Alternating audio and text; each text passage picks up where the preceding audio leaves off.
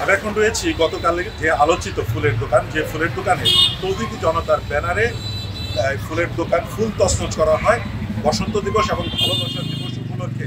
তাদের যে ফুল বিক্রি করেন বা ফুল বিক্রি করার অপরাধে এই ফুল এবং যে তছনছ করে সেই বিষয়টিতে রয়েছে।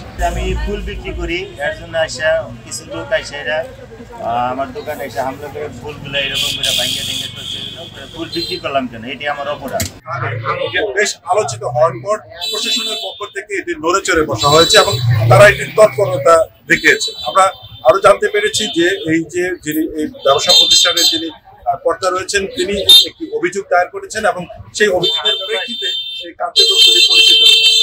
আর পাশাপাশি যে যারা এই কার্যক্রমটি করেছেন স্থানীয়দের ভাষ্য মতে তারা বলছেন যে এটাই শুধুমাত্র যে গতকালকেই ঘটনা, গত এক সপ্তাহ ধরে তারা এই বিষয়টিকে ক্যাম্পেইন করেছেন যে বসন্ত দিবস এবং ভালোবাসা দিবস উপলক্ষে তারা এই ধরনের কোন প্রকার কার্যক্রম বা সেই ইসলামের সাথে বিদ্বেষপূর্ণ কোনো কার্যক্রম তারা করতে দেবেন না এবং সেই ধরনের ক্যাম্পেইন তারা চালিয়েছেন। এতে আমি ফুল বিক্রি একটা ছেলেকে ধরে নিয়ে আসছি, কোন দোকান দিয়ে ফুল দিচ্ছে জিজ্ঞাসা করছে, এই দোকান থেকে আমি ফুল বিক্রি করছি, কিন্তু আপনাকে বলছি ফুল বিক্রি করতে না, আপনি ফুল কেন বিক্রি করলেন?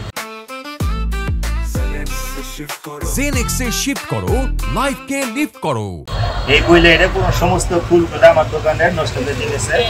এইভাবে সকালবেলা একবার এসে বলছে ওই দোকানটা নষ্ট করেছে, আরেকটা দোকান ভাঙছে, ওখানে কিছু বলি নাই। তারপরে বিকালবেলা এসে বলছে যে চাপাই করেন, ওইভাবেই করতেছি। তারপরে এসে আবার সে আক্রমণ করে পুরো সমস্ত ফুলগুলো ভেঙে রেখে চলে গেছে।